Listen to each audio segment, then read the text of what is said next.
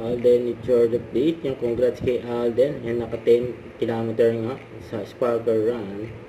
Yan, congrats. Ito yung mga video ni Alden. Yan, interview pa nga siya ni Nelson Candas.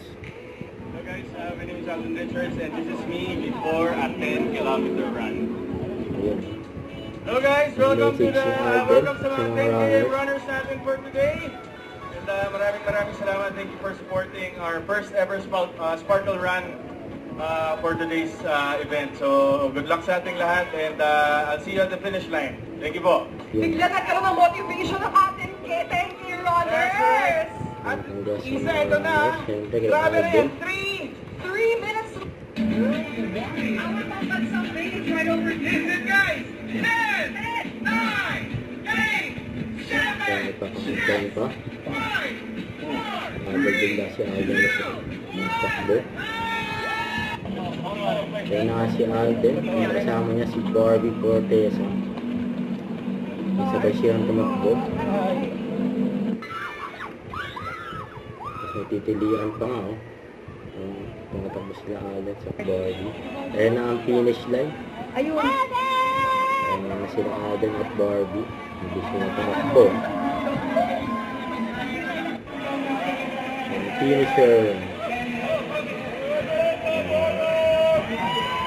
Nakatente na sila Alden at Barbie.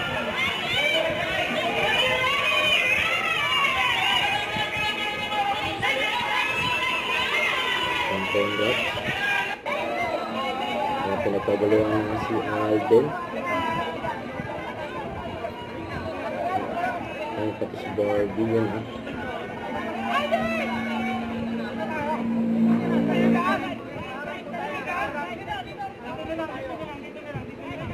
Nakaharang si Barbie. Nakaharang tayo. Ma'am, sandali, nakaharang po tayo.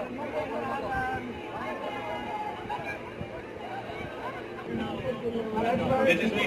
After 10 years. Ano yung medal ni Alden? Ito, interview kay Alden. Of course, very happy and honored to be here sa first ever Sparkle Run.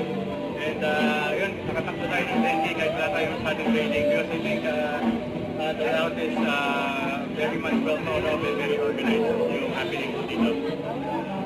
Sabi ko yung run without training sa pakiramdam mo. Siyempre, very proud, same as my other races and other fun runs. At first time ko tumakbo ng walang training, so kaya naman pala, which is pure willpower. I think that's the thing about endurance sports. Really more of mental and of course kasama rin yung physical prep, but it's more of the mental capacity of the individual. Yun. That question na lang, were you able to reach your goal or accomplishment more? Hindi naman ako nag-set ng PR for today's run kasi yun nga, lack of training, saka parang I just wanted to finish it, pero goods naman tayo. I think I finished at 1:21 for the 10K. Not bad for para sa walang training. Happy very much. Don't forget to subscribe, click the notification bell for more updates. This is Richard, the Action Vlog. Stay tuned for more videos. See ya.